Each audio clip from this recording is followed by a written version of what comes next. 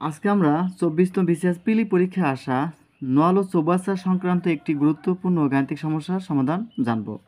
তো আমরা এই অঙ্কটির জন্য এমন একটা কৌশল শিখব যাতে এই অঙ্ক এবং এই জাতীয় অঙ্ক সর্বোচ্চ 5 থেকে 10 সেকেন্ডের ভিতরে এর উত্তর যাতে বের করা যায়। আশা করি এই পদ্ধতিটি আপনাদের যথেষ্ট কাজে লাগবে।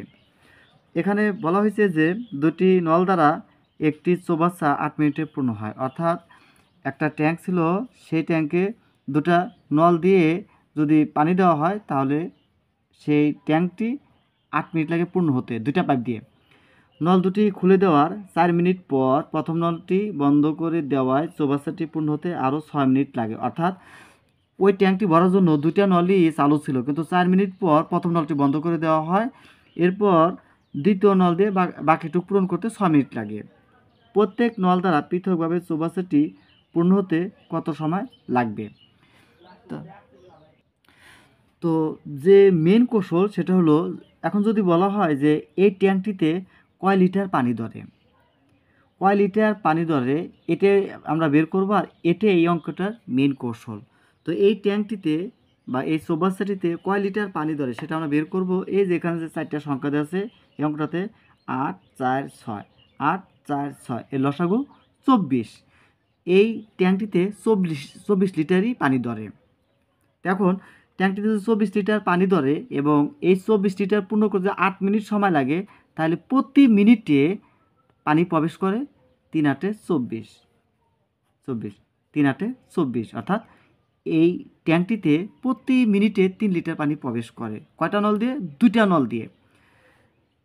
তাহলে এখন আমরা এই ছবিটা দেখি, মোট পানি 24 লিটার, আর এই 24 পানি ভরতে সময় লাগে 8 মিনিট। তাহলে প্রতি মিনিটে ভরতেছে 3 লিটার পানি, প্রতি মিনিটে প্রবেশ করতেছে দুইটা নল দিয়ে। তাহলে প্রথম নল এ, দ্বিতীয় নলটা আমরা বি ধরি।